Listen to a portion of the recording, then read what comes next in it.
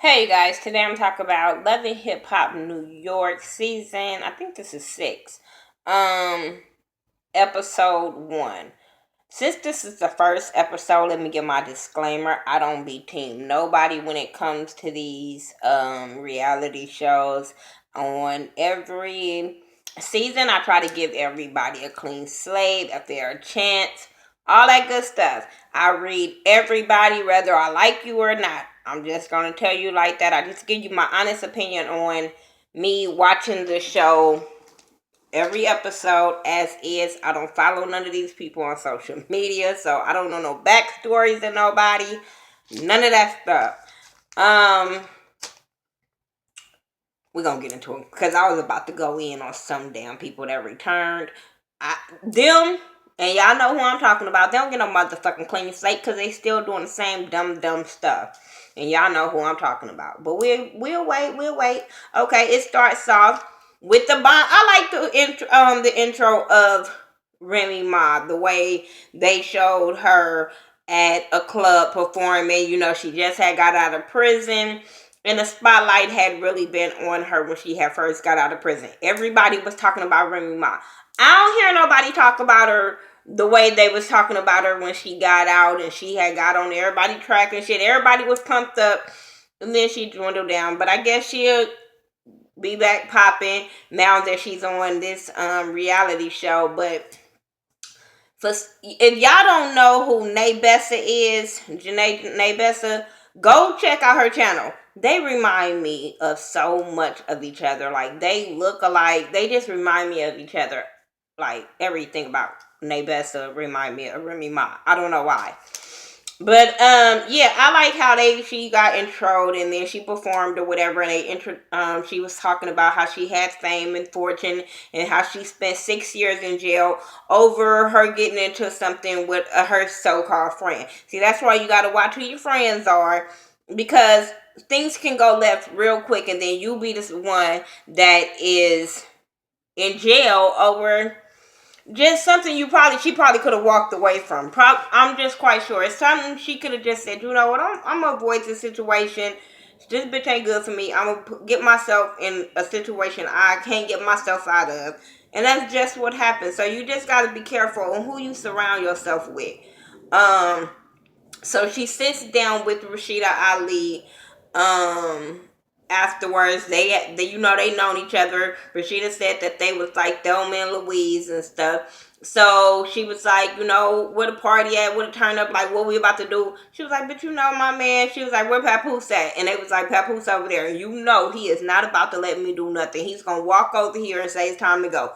The same exact thing they said about him is exactly like it was a script that they all knew about, because he came over there and said exactly what they said. He was like, time to go. Come on. No after parties. Like, come on, let's go. That's not what you're here for. He's keeping her on track as far as working and going home. You ain't got time to be getting, because like I said, any little thing can get you back where you was at. And I think he said she was still on probation or something like that, or parole or whatever. So then we got Yandy and Mendeecees. They at home with the kids or whatever. She got her little big baby now. She's talking about how she's married and now they got the baby, because last time we seen them was their wedding special. So yeah, she wants a bigger house, but he ain't all about that because he focused on him being having to go away. But I'm like, I get both sides. You need more space for the kids, but then he like, why put that more burden on yourself financially? You know what I'm saying? If I might not be here. So yeah, she wants to get back into management and stuff like that. So I think that's cool. Like, give you something to do. But you know how that man is. He feels about you need to be a mom. And we know how y'all went through that last time. Tara and Peter. Oh, I'm so glad they showed them one time. I am so glad they showed them only one time this episode, because I can't. I I think I think Mona likes to give us an attitude. I think she likes to give people. Maybe she likes to put the spotlight on people and show you how dumb people can be, how old ass people. And I'm not saying people that they age is old, but I'm just saying it just shows you how older people The older you get, you know what I'm saying? Sometimes you don't get more mature. That's all I'm saying. Because nobody in this fucking situation is mature or understand what they can be doing to what they do to their kids, what do they do to themselves, how women don't understand their worth, how a man is gonna give these bitches AIDS. Like, for real, y'all just was people going crazy about Charlie Sheen fucking people and giving people AIDS, but this motherfucker, for real, like, I hate to cuss and go off like this and feel the way I feel, but I hate Peter Guns. I hate him, but I hate these women probably more than I hate him. Like, for real. Like, and I'm probably not the only vlogger that's gonna come on here and go off. So I feel like, why waste all my energy when I know everybody else is gonna go in? But I just hate to see women not understand their worth when it comes to a man. Like, oh my God. They're back. They're back on this season. For what reason? I don't know. Tara, oh my God, she is the dumbest bitch. Oh my God. How do you want to be the side bitch now? I don't get that. I don't understand how these roles wants to be in reverse. Tara is the side bitch. And now Amina is Tara from when they first came on. Like, you're the one that's at home and complaining that he's not coming home. Okay, let me go back. First of all, she just moved into his building. She had to be closer to him for the boys. Y'all couldn't live around the corner from each other. Y'all, They live in the same building. I'm all for blended families. I am.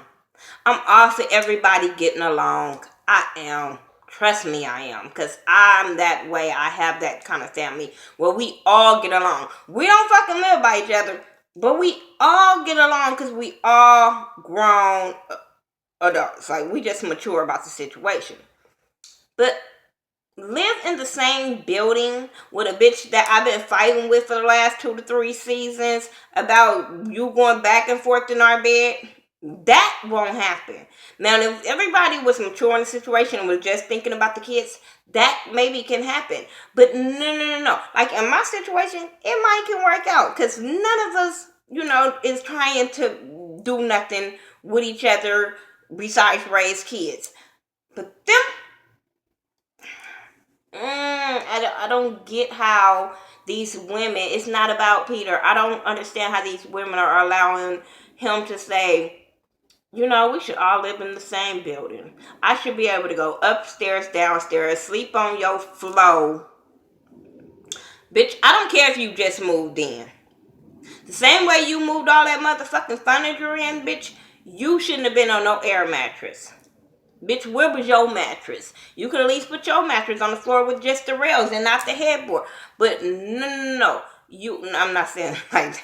I'm not saying that. But I'm just saying, like, oh my God. I didn't understand. They woke up. They first thing is her waking up, Amina waking up with Peter on the floor, in an air mattress, talking about, well, we got drunk last night and things went too far and yada, yada, yada. And she put him out the house, told him to go home and yada, yada, yada. And he was telling her it wasn't like that with him and Amina, that he be sleeping on the couch. The same shit he said when we first met, got acquainted with they bullshit. The same shit he was saying about her, he said about Amina. The same. They dumb. And she's with it. She's so fucking with it. Because, bitch, if you wasn't with it, I don't give a fuck how much you was drinking. Bitch, no. Bitch, baby Corey big. Bitch, no. Bitch, you knew where he was at. You should, no. I would have been knocking on the door. Bitch, y'all ain't moving no motherfucking couches and no bed. So, bitch, all the boxes in. Let's go. But first of all, I wouldn't. I can't even keep going. I'm just irritated. I just can't keep going. But I just know that every time I talk about them, I'm probably going to be a little irritated because they're dumb as hell as women. Then he goes to Amina's house and was talking about because he was talking about because first he said daddy's home with Tara. Then he goes and talking about daddy's home and we co-parent and all that. Then he goes home to leave her, goes to Amina's house. Then gonna say she was going off on him about he don't ever come home, he don't this, he that, and he knows she know he's still sleeping with Tara. And I'm sitting there like, but you allowing it? Shut up. You are allowing it. Like I said, the roles reverse, whatever. Then we got Young B, Chicken Noodle Soup. I used to like that song. I don't know why I used to like that song, because even when the song was out and it used to be played everywhere, I used to be like, this is a dumbass song. But I used to listen to it. I don't know. I don't know why, because I felt like it was way out of my era. But that's when just like Soulja Boy, that's when all that was out. So you didn't really have to say nothing. You just had to have a good ass catchy phrase on the song, and it went, and her song went viral. I mean, hey, like I said, I thought it was stupid too, but I still played it. Like my kids listened to it. Everybody was that song was everywhere. Like I can't even hate on this girl and say we don't know who she is at least. But I guess she wants to go by the name Bianca, so I think I'm gonna start calling her Bianca because I think she looks more like a Bianca. Her and Yandy look like they could be sisters too. No, not her and Andy. Her and her and Remy Ma. They look like they could be related. So she is in the studio. Yandy comes by. She wants Yandy to manage her now and get her career back to going after 9 years. So Yandy wants to talk to her like, where have you done? Where have you been in the 9 years? And she was just basically saying when she first came into the industry, she was, excuse me, she was 15. She was young. You know what I'm saying? She was just riding the wave of just being on everybody's tour and just being in the industry or whatever. But her brother had died like right before she became popping. So it was just a lot for her. But now she wants to be back in the industry. So Yandy invites her to this cipher that DJ Self, I guess he's a famous DJ in New York. You know, he an up and coming popping DJ. I don't know. Up in New York. I work for Power 105. So hey, he having a cipher for females. Yandy want her to do it. Just get her to see a test run to see what she can do. She say cool. Rashida Ali gets on the boat with these bum bitches. Like, oh, they some bum bitches. Like, they call BBOD. What's they call? Because I know Keisha Irvin called them some bad body bitches, and I was rolling. But I don't even remember. BBOD. Who cares? They from Harlem, rap duo. I said, oh shit, have y'all seen the other duo that's on Love and Hip Hop Hollywood? Because everybody think they hard and everybody want to be a duo, but I ain't heard from not Nan group. But okay. Apparently Mo comes from money. Lexi comes from money. No, Mo comes from money. The dark one. Who money? I don't know. Like I said, I don't follow these girls. I ain't never heard of them in my life. I don't like just the way they came off. So Lexi has a problem with management about Rashida not really getting them no work. She says she's going to be their manager, but not really getting them something. But Rashida comes and tells them that she has other things she been doing. She got other work she been doing, and they gonna say, what work you supposed to be working for us? And she was like, shit, y'all don't pay my mortgage, so bitch, y'all come second. Bitch, y'all ain't popping like that yet. But anyway, she told them about the cipher. They asked who all is going to be there. So she was mentioning who all is going to be there. She mentioned Young B going to be there.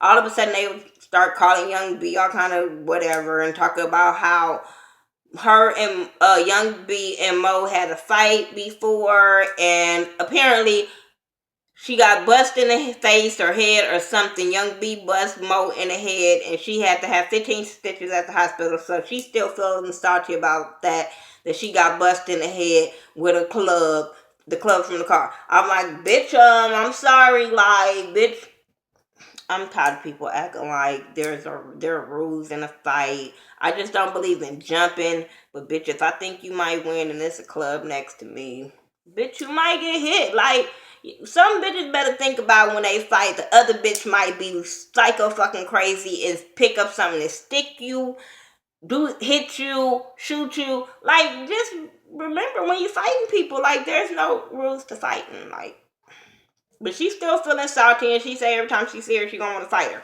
Okay, I get that. But then there's the time and age where maybe they ain't got to that age yet, where you just be like, bitch, it ain't worth all that. We had a fight, okay, but I'm not gonna fucking want to fight, get my weave snatched out, my nails popped off every time I see you. No, bitch, y'all in the same industry.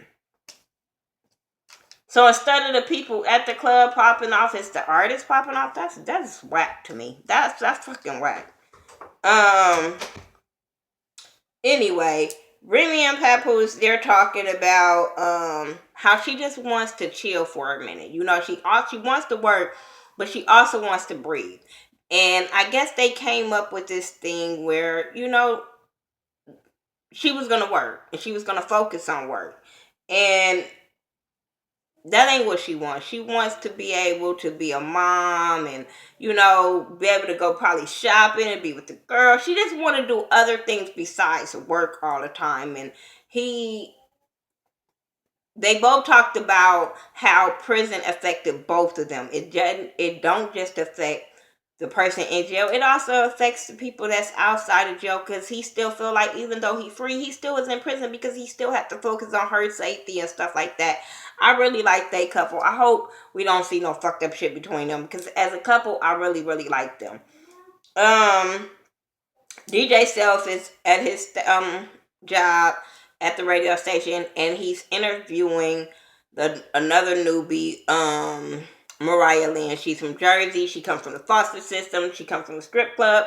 Now she a rapper, and so she's gonna be on his cipher. He makes her spit or like kind of perform with the song, with the track that he plays, and it just sounds like everything else on the radio. I'm not even trying to hate on this girl. It just really sounds like everything on the radio, and I'm just like. And then I'm like, okay, I'm kind of can blame it on editing too, because it seemed like it was just repetitive. I just couldn't get into it. But I'm not going to knock her. I ain't never heard nothing of her, but I'm going to get into that in a minute. But okay. Then after he interviewed her and all that kind of stuff, they talked about it, and she thanked him for believing in her and giving her a chance. Okay, yeah. Papoose and Remy celebrate her 1 year release from prison or whatever. So he gives her this gift with these babies in a bag, and I'm like, oh shit, I already see where this is going. So he tells her, since you don't want to work, might as well put some babies in you and shit, since you don't want to work. I'm like, I don't think that's what she had in mind, boo-boo. I really don't think that's what she had in mind. And she basically had to tell him, like, no, because he was like, well, we said we was going to get married. We got married, and then we would have babies, I guess, 2 years later. But she was in jail still 2 years later, because they got married while she was in jail. She's not ready for it. I don't think they should do that. She wants to have a wedding. She said they got married over the phone, so she wants to have a wedding. I think that's something that she probably kind of deserves. But kids, I think you guys need to get to know each other, as far as her being a whole new kind of person out of jail. You know what I'm saying? Jail kind of can change a person, and you need to get to know that person as they come outside of jail and see how they, you know, can cope with the world. You know what I'm saying? Especially being in there 6 years.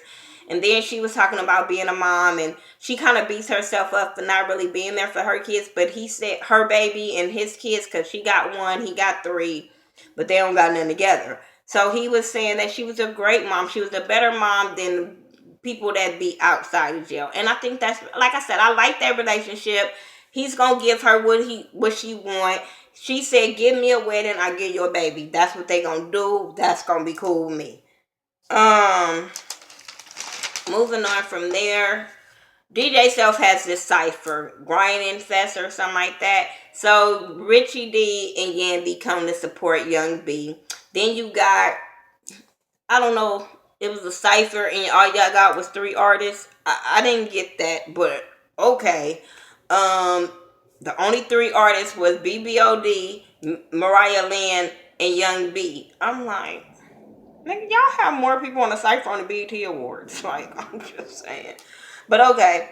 So it's BBOD turn, and they whole thing was to diss Young B. I'm like, for real? For real?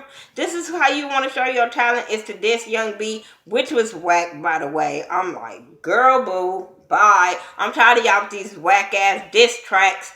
Ugh.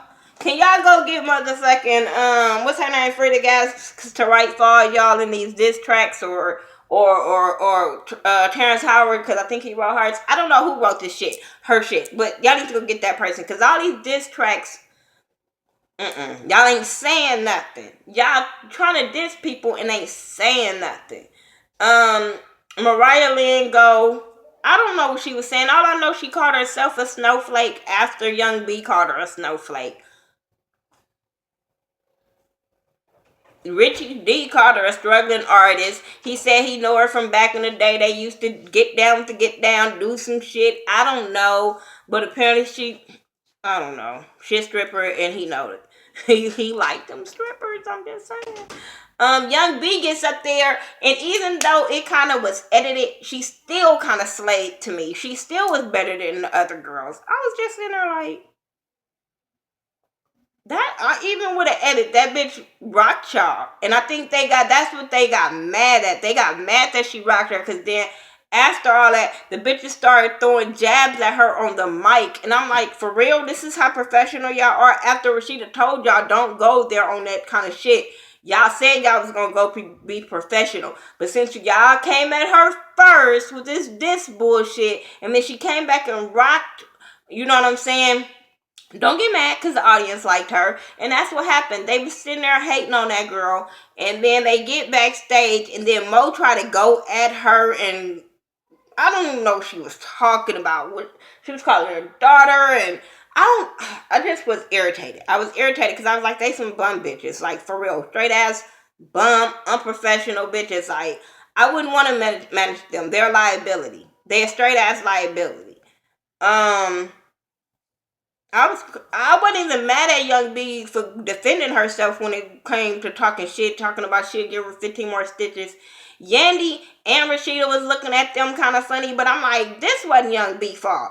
Them bitches came at her on some rah. Well, Mo came on her really on some rah shit. So you can't really get mad at her, Yandy. Like, that girl was defending herself. Yeah, she could have been more professional and just walked away, but bitch came by her. I'm sorry. I just couldn't be mad at Young B at that moment.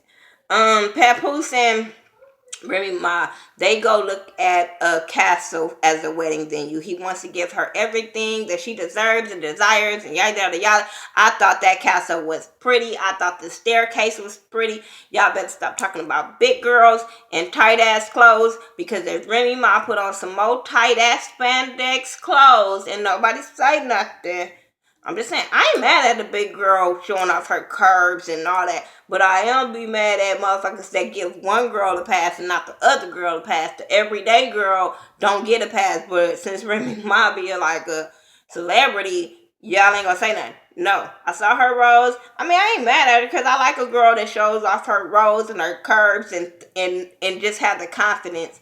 But I'm just saying, I don't want to hear nobody talking about big girls when that big girl had on spandex. I'm just saying. But I like her. I like her. She just seemed like the everyday, all around chick. I like her. I like how she didn't give a damn about having them pin curls in her little pins in her hair when she was talking to her husband. I like her. She just seemed down to earth. She was loving how he just gave, was presenting all of that to her. He told her everything was paid for. Thanks, VH1. But everything was paid for. So all she had to do was really worry about, becoming pregnant and just focusing on her and stuff like that. And I thought that was cool. when he proposed to her, I thought that was cool because, like I said, they got married over the phone. So he proposed to her all over again. And then I was like, she gonna cut him off and say, "You want to marry me? Okay, yeah, I marry you." I said, "Can you let him be the man and ask you?" But she was excited, and it was really, really beautiful. Like I said, I can't get enough of them two because they just seem really like a real couple. He just want to protect his girl. That's what I like about him. He just seemed like he really want to protect his girl. Um, Yandy and Mendeecees ended the show with him getting news from his lawyer. He gonna meet up with Yandy, and he says that if things go wrong, that they will take him straight from the jail when he gets sentenced. He is facing from 5 to 20 years, which we all know that he got 8 years. And oh, this is a hard situation. I want her to be a ride or die for her man. But when it comes to that many, well, 8 years maybe, I think I can wait. But if you get 20 years, I don't, man or woman, I just don't think you should make a person put their life on hold and wait for you that long. I just really don't. How long do y'all think is long enough to just wait for somebody and put your life on hold for somebody because they did something? And do you think you should have to suffer the consequences even though you love them? If you wasn't a part of it, especially if you wasn't a part of that shit, how long do you supposed to wait? And if you was Bonnie and Clyde and you know what that nigga was doing, then bitch, you wait till the wheels fall off.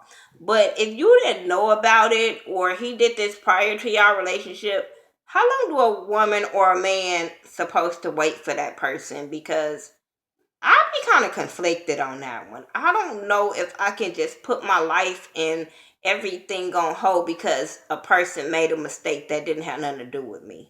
I don't know. I'm not even trying to be mean, but I really just don't. I don't think it's fair for me. I don't think it's fair for my kids. I just don't. But y'all tell me what y'all think about it. That's my review for Love and Hip Hop New York, season 6, I think, 7, whatever. Episode 1. I just noticed the new episode, season premiere. Tell me what y'all thought about it. My name is Miss Nika. Everything that I do, social media is by the Ghetto View, THA, not THE. I will talk to you guys in the next video. Like I said, don't forget to rate, comment, subscribe. If you're a new person watching me for the first time, please subscribe and tell somebody about me. And I'm very, very cool and down to earth. All right, you guys, peace out.